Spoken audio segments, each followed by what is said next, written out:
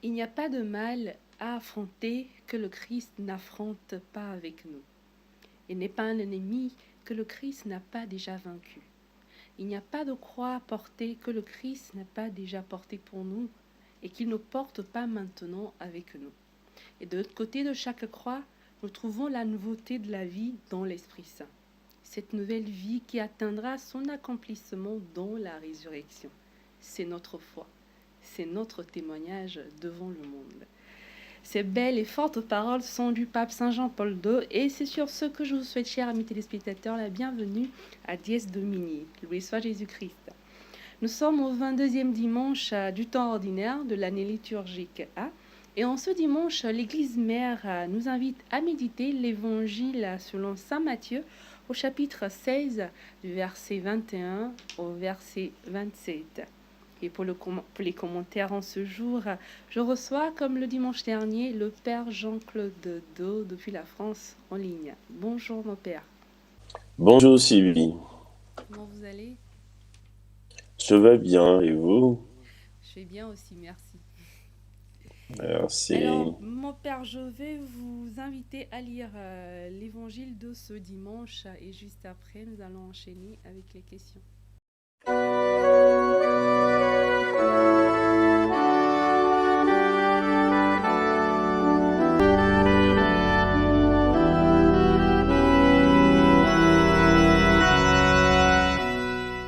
Évangile de Jésus-Christ selon Saint Matthieu.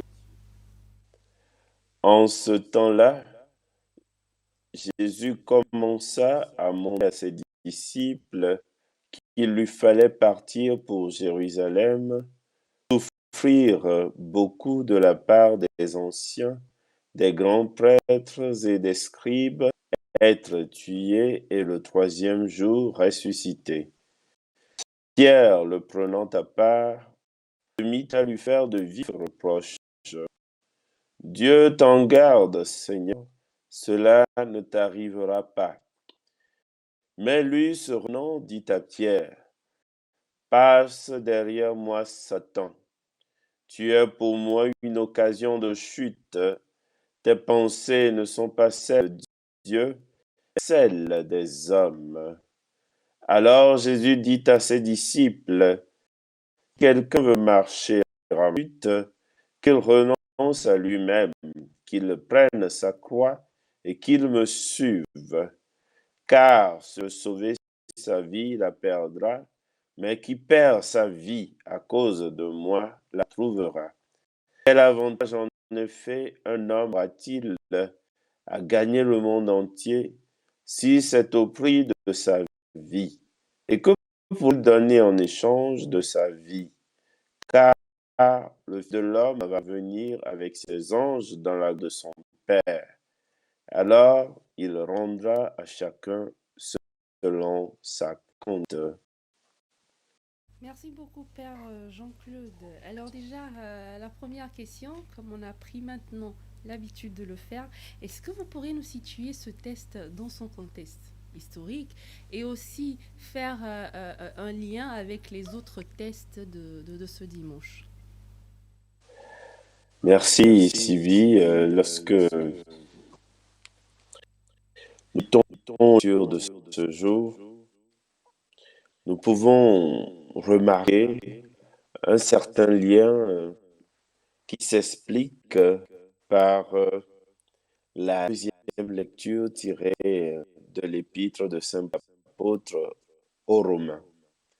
En effet, Saint Paul dit, je vous exhorte, frères, par la tendresse de Dieu, à lui présenter votre corps, votre personne tout entière, en sacrifice vivant, saint, capable de plaire à Dieu.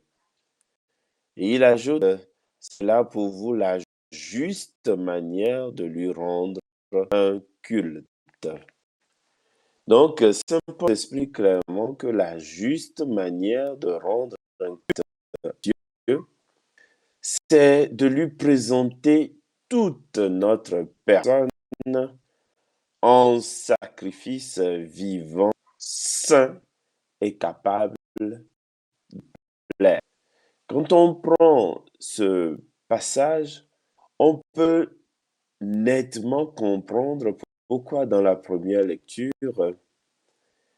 le prophète Jérémie vient rappeler combien l'homme est en déphasage avec le de son temps et combien l'annonce de la parole lutte, combien il est persécuté et combien en même temps il est incapable de renoncer à prophétiser au nom de Dieu. Cela nous rappelle un petit passage dans les Actes des Apôtres lorsque Saint Pierre a répondu à ses interlocuteurs, pensez-vous qu'il faille obéir à Dieu plutôt qu'aux hommes? Si c'est cela votre cas, nous préférons obéir à Dieu plutôt qu'aux hommes. Et cette parole nous renvoie à une autre parole qu'on retrouve déjà chez Josué. Josué, dans son livre, dit au peuple d'Israël, choisissez ce que vous voulez servir aujourd'hui. Il dit, moi et ma maison, nous servirons l'Éternel. Alors, quand on poursuit, on voit clairement qu'il y a un choix radical de Dieu que pose que pose l'homme ou la femme, que Dieu choisit. Et c'est ce que nous retrouvons même chez Jésus. Donc, j'ai très bien apprécié tout à l'heure votre introduction où vous avez une citation du Jean 2 qui nous rappelle que on croit rien de ce qui pourrait nous sembler difficile à porter dans le christianisme pour témoigner de Jésus. Jésus lui-même ne l'a fait avant nous. Et l'Évangile nous dit cela. Si quelqu'un veut venir à ma suite, qu'il renonce à lui-même, qu'il prenne sa croix et qu'il me suive. Et là où moi je suis, là aussi sera mon serviteur. Et c'était une réponse à Pierre. Pourquoi à Pierre? Parce que Jésus a annoncé sa passion. Et quand Jésus annonce sa passion, Pierre, qui était dans la tendance des gens de son temps, comme dirait la deuxième lecture, ne prenait pas pour modèle les gens de ce monde. Pierre, qui était dans cette tendance, Jésus, mais non, pas souffrir et mourir. Tu es le Messie, tu es le Fils du Dieu vivant. Et rappelons-nous, dans ce chapitre, précédemment, c'est Pierre qui a dit à Jésus, tu es le Fils du Dieu vivant. On lui a dit, ben, tu es Pierre, je bâtirai mon église, je te remets les clés du royaume. C'était le dimanche dernier. Voilà que maintenant, ce même Pierre, quand Jésus lui dit les conditions, justement, du fait d'être Messie, c'est-à-dire d'obéir à Dieu en toutes choses, d'offrir, parce qu'il ne faut pas se tromper, le culte agréable à Dieu, ce n'est pas certaines pratiques extérieures. Moi, je vais à la messe tel nombre de fois, moi, je fais ci, Non, Jésus est très exigeant. Il s'agit d'offrir sa personne, comme dit Saint Paul. Voilà pourquoi je disais tout à l'heure que le passage de deuxième lecture que j'ai essayé de relire et qui vient de Saint Paul nous explique clairement les autres parties. Et d'où Jésus, justement, dit à Pierre, arrière, celui à qui on a dit, je te remets les clés, quelques versets plus tard, on lui dit, arrière, Satan, tes pensées ne sont pas celles de Dieu. Donc Jésus nous dit par là clairement que parfois nos conceptions ne sont pas compatibles avec les conceptions de Dieu. Et il va le démontrer davantage, je sais qu'on va approfondir, donc je vais m'arrêter là, il va le démontrer davantage dans le jardin de Gethsémane. Dans ce jardin où, à 3 reprises, Jésus s'éloigne de ses apôtres pour aller prier son Père, pleurer et dire, Père, si tu veux, éloigne de moi cette coupe, mais pas comme je veux, comme toi tu veux. Donc, il s'agit justement, quand on choisit Dieu, de rentrer dans la volonté. Et cette volonté, je l'avoue, n'est pas souvent compatible avec les manières de notre temps. Et c'est ce que a vécu tout au long de sa vie. Et je pense que j'irai dans le prolongement de l'enrichissement des lectures de ce jour. Merci. Je vous résume bien les trois lectures de ce dimanche, enfin le lien entre l'évangile et les deux autres lectures, c'est le message clé, c'est le choix radical de Dieu, le choix radical de la parole de Dieu, le choix que nous faisons entre Dieu et peut-être et nous-mêmes ou les hommes. Alors, d'où peut-être ma deuxième question. Quel est ce message spirituel qu'on peut obtenir ou bien qu'on peut, voilà, de cet évangile-là? Quel est le message spirituel qu'on peut faire ressortir? Et jusque le message spirituel, je l'ai à peu près brossé dans ma première lecture, mais on peut le comprendre quand Jésus dit, par exemple, celui qui veut sauver sa vie la perdra, mais qui perd sa vie à cause de moi la trouve. Et il pose la question, quel avantage en effet un homme aura-t-il à gagner le monde entier si c'est au prix de sa vie? Supposons que vous soyez chrétien ou un prophète de Dieu et que vous choisissiez chaque fois de vous dérober, de fuir vos responsabilités de chrétien parce que vous avez peur des représailles. Vous avez peur de dire la parole de Dieu. Je ne dis pas d'aller insulter les gens, je ne dis pas d'aller menacer les gens, de les indexer ou de moraliser les gens. Je dis ça. Mais il y a un moment où quand on est là, il faut être capable de s'affirmer, comme dirait Jésus, si quelqu'un se prononce pour moi devant les hommes, moi aussi je me prononcerai pour lui devant mon Père. Extrait justement ce message d'adhésion totale et aussi d'exigence, parce qu'il y a une exigence quand on est croyant et que vraiment nous allons à Dieu, comme dit le psaume. Dieu, tu es Dieu, je te cherche dès l'aube, mon âme a soif de toi. Après toi languit ma chair, terre altérée, eaux templée au sanctuaire. J'ai vu ta force et ta gloire. Ton âme vaut mieux que la vie. En d'autres termes, quand on adhère, il faut que nous fassions ce passage-là de comprendre que même notre vie, désormais, appartient à Dieu. Et si dire la parole de Dieu devrait faire partir, il faut que nous parvenions jusque-là. Peut-être qu'en m'écoutant, certains pourraient se dire, ah ben ouais, mon père, c'est facile de dire, mais si ça vous arrive, est-ce que vous êtes sûr? En fait, c'est dans les petites choses. En fait, ça, Dieu ne viendra pas vers vous. Bon, d'ailleurs, Dieu, comme le dit Saint Paul, et nous donne les épreuves en fonction de la qualité de notre foi. Voyez-vous, c'est dans des petites choses de la vie, les petits choix que nous faisons. Déjà, quasi entre, je sais pas, dimanche, quand tu choisis entre regarder un match ou un feuilleton ou aller à la messe, déjà, on sait à peu près à quoi tu ressembles, en fait. Parce que si déjà un film ou un feuilleton, je sais pas, un match, euh, d'aller rendre ton Dieu qui t'a donné 24 heures chaque jour à 7, il y a un problème.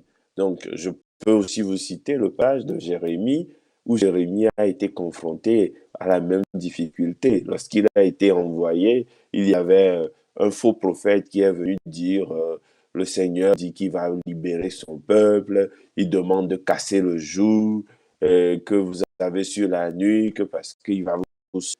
Jérémie a dit, tant mieux, moi je ne suis pas un prophète au départ, moi je suis qu'un pauvre vieux. Bon, moi j'ai été choisi par le Seigneur, je suis qu'un pauvre. Et on m'a pris, moi je suis là, je dis la parole. Et quelque temps après, le Seigneur adresse une parole à Jérémie d'aller dire à ce faux prophète, tu as cassé un joug de bois, un joug de fer. Plus tu as menti en mon. Et pour cela, toi-même, tu seras perdu ainsi que ta. et le peuple sera déporté. Et c'est ce qui est arrivé. Voilà pourquoi Jérémie dit, mais moi, la bouche, je ne je ne parle que de violence et de dévastation. Voilà pourquoi on en voulait énormément à Jérémie. Mais le choix est clair. Soit tu dis la parole que Dieu te dit pour avertir les hommes au péril de ta vie, pas parce que tu es meilleur ou que toi tu es, je dirais, c'est pas plus intelligent ou que ce soit, mais parce que c'est le verbe, c'est la parole que Dieu te donne de donner. En d'autres termes, ça te compte toi aussi de te convertir, bien sûr. Mais il faut avoir ce courage de dire ce que Dieu demande de dire. Et ça, justement, dans l'actualité, ça demande l'abandon total et l'obéissance à Dieu.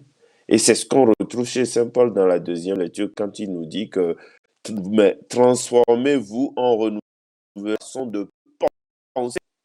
Il faut renouveler sa façon de penser, se transformer, discerner quelle est la volonté de Dieu. Oui, un chrétien, c'est celui qui discerne la volonté de Dieu et qui essaye d'en vivre. Et il faut que la volonté de Dieu n'est pas toujours compatible quelquefois avec la nôtre, ou si mieux, nos volontés ne sont pas souvent compatibles avec celles de Dieu. Donc, en résumé, quand on est chrétien, la spiritualité nous invite justement à ce détachement, à l'abandon, à l'obéissance de la foi et surtout à correspondre autant que faire se peut à la volonté de Dieu. Et la volonté de Dieu, parfois, est complètement incertaine. Elle ne correspond pas forcément à ce que nous pensons. Nous devons rester zélés. Nous devons discerner, comme dit Saint Paul. Il faut discerner. La volonté de Dieu, ça ne tombe pas comme ça du ciel. C'est pas une invention. C'est à travers, je dirais, les événements, à travers la Bible, à travers la méditation, hein, à travers l'écoute, la méditation de la parole. C'est quand chose bout à bout, ça dit, il faut prendre trois éléments. Il faut prendre la parole de Dieu, il faut prendre les événements, il faut aussi prendre, je dirais, les documents que l'Église produit pour nous aujourd'hui.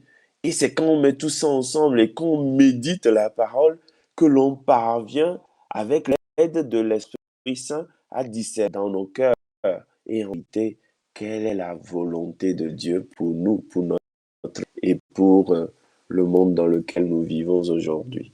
Voilà. Mon père, justement, je voudrais qu'on parle un peu du monde dans lequel nous vivons aujourd'hui. Tel que vous avez présenté la chose, ça paraît un peu facile, mais avouons que faire le choix de Dieu, faire le choix radical de Dieu n'est pas toujours aisé. Et surtout pour nous chrétiens d'aujourd'hui, on rencontre beaucoup de difficultés. Comment est-ce qu'on peut faire ce choix-là et pouvoir discerner la volonté de Dieu pour nous, pouvoir être sûr, être prêt pour tout, pour la parole du Seigneur. Vous voyez dans l'évangile où Jésus dit, celui qui voudra sauver sa vie la perdra, et celui qui la perdra pour lui, enfin, je n'ai pas le test devant moi, mais est-ce que c'est quelque chose qu'on ne comprend pas très bien? Comment est-ce que en voulant sauver notre vie, on la perd? Comment est-ce qu'est-ce qu'on doit faire vraiment pour pouvoir avoir cette vie en Jésus, faire ce choix radical, sans pour autant le ressentir comme une contrainte aujourd'hui dans le monde dans lequel nous vivons? Ah oui, ben Sylvie, bonne question, parce que disons les choses, j'imagine ce que ça fait, parce que le monde dans lequel nous sommes aujourd'hui a ces codes qui ne correspondent pas forcément à la parole de Dieu ni aux exigences de la vie chrétienne. Je vais essayer de prendre un exemple. Aujourd'hui, peut-être pour le travail, il faut corrompu, il faut tomber dans certains pièges du monde, et tout le monde le fait. Alors on se dit, mais mon père, c'est ce que tout le monde fait. Pourquoi est-ce que moi, je devrais pas le faire, etc., etc., quoi. Et alors, on se dit, mais oui, j'irai après me confesser. Et de toutes les façons, mon père, mais c'est tout le monde fait. Oui, mais est-ce que tout le monde fait? Est-ce que ça veut dire que devant Dieu, ça devient bien parce que tout le monde le fait? Est-ce que ta conscience a dit, quand quelqu'un vient chercher du boulot, tu lui dis de déposer une pierre sur son papier, sinon il ne va pas tenir. Est-ce que Dieu a dit de poser des pierres sur des dossiers pour que le vent ne les emporte pas? Est-ce que pour un chrétien, parce que tout le monde vole, tout le monde est corrompu, parce que tout le monde exploite son frère ou sa sœur qui vient chercher un travail, est-ce que, parce que le monde est ainsi fait aujourd'hui, donc tous les chrétiens devraient aussi dire, ah, si toi tu ne le fais pas, tu n'auras rien. Est-ce qu'on devrait commencer tous par faire la même chose? On me répondrait facilement, oui. Sinon, tu n'auras rien. Mais je crois que quelque part, si nous sommes dans la logique de la foi, et si Dieu est vraiment vivant, quand tu te positionnes en disant, Seigneur, moi, je ne vais pas tricher les gens, le Seigneur te donnera toi aussi ce qu'il te faut au moment où il te faut. Moi, je connais quelqu'un qui, un jour, devait passer un examen, et dans cet examen, il faut poser une pierre sur le papier.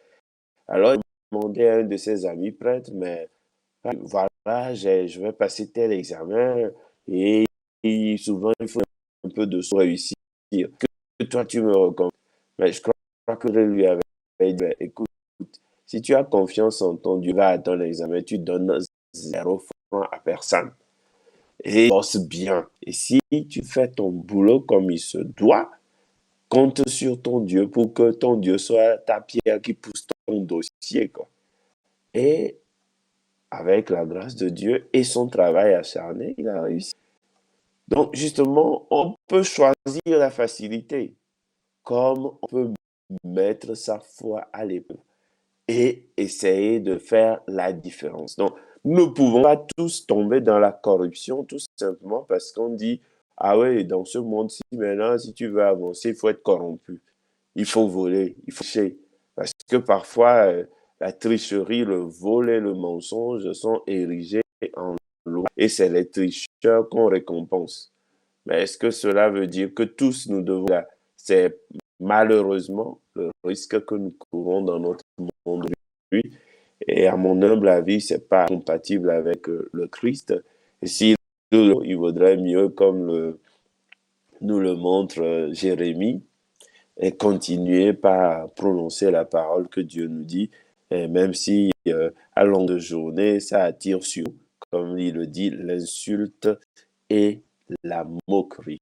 Voilà. En ce monde aujourd'hui en tant que chrétien et surtout ne pas avoir honte de notre foi parce que je crois que c'est ce qui nous arrive dans nos milieux aujourd'hui. On pense qu'on est seul et comme vous l'avez dit, on se dit bah, si moi je fais autrement, on va me regarder d'une manière, c'est comme si bon, je fais les choses à l'envers alors que nous devrions normalement faire les choses comme nous le dit la parole de Dieu et montrer que bah, nous sommes des enfants de la lumière et montrer le bon geste, et même si on est seul, et comme vous l'avez dit, quand on compte sur le Seigneur et avec, on est sûr de notre foi et tout, bah, ça doit aller mieux que pour ceux qui font les choses d'une autre manière.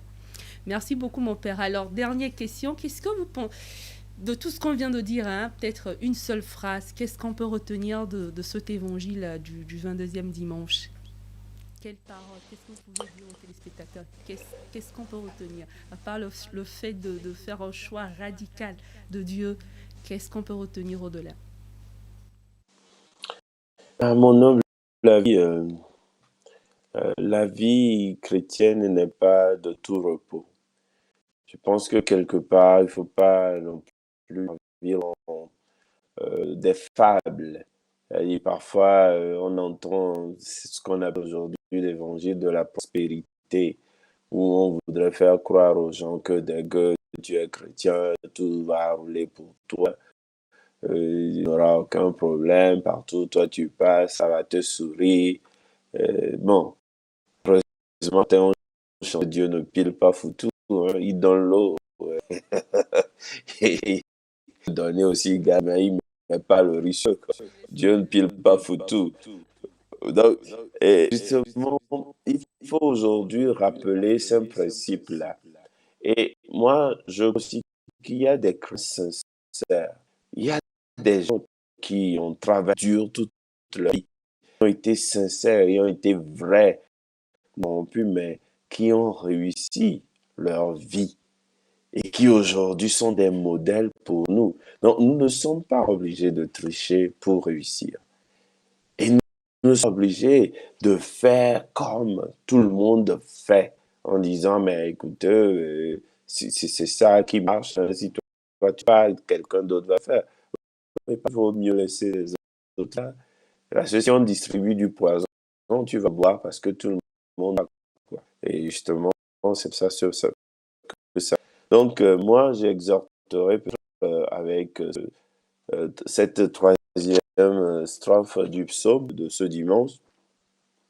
Toute ma vie, je vais te bénir, lever les mains en invoquant ton nom. Comme par un festin, je serai rassasié. La joie sur les lèvres, je dirai ta louange. Voilà un peu ce que nous dit ce psaume, la dernière strophe d'ailleurs qui est aussi magnifique. Oui, tu es venu à mon secours. Il faut que ce soit Dieu qui vienne à notre secours quand les hommes se dressent contre nous. Je crie de joie à l'ombre de tes ailes. Mon âme s'attache à toi, ta main droite me soutient. Comme avec Dieu, dit Jésus, si quelqu'un se positionne pour lui, Dieu se positionne pour cette personne-là. Et si Dieu est pour nous, comme dirait le même Saint Paul au 8e chapitre de Romains, qui sera contre nous? Alors, je vais terminer sur cette phrase de Paul. Si Dieu est pour nous, qui sera contre nous? C'est le Romains chapitre 8. Voilà. Merci infiniment, Père Jean-Claude. Merci à vous pour vos commentaires sur ce test de ce dimanche et aussi sur la première lecture et la deuxième lecture aussi. Merci infiniment. Je vous retrouve peut-être la semaine prochaine. Je vous retrouve quand même pour un nouveau numéro de Dies Domini. Infiniment merci à vous. Si Dieu veut, je vous en Alors moi, je prie. vais finir ainsi sur les paroles de Saint Jean de la Croix qui dit que la route est étroite. Celui qui veut le parcourir plus facilement doit se débarrasser de toute chose et utiliser la croix comme canne. En d'autres termes, il doit être vraiment résolu à souffrir volontairement pour l'amour de Dieu en toutes choses. Merci, cher ami, de nous avoir suivis. Vous avez été très nombreux à nous répondre sur le choix de la nouvelle formule de Dies Domini. Merci de vous intéresser à cette émission. Nous avons pris bonne note et nous allons continuer désormais avec cette nouvelle formule. Merci infiniment de nous avoir suivis. Je vous retrouve la semaine prochaine. Que Dieu vous bénisse. Au revoir.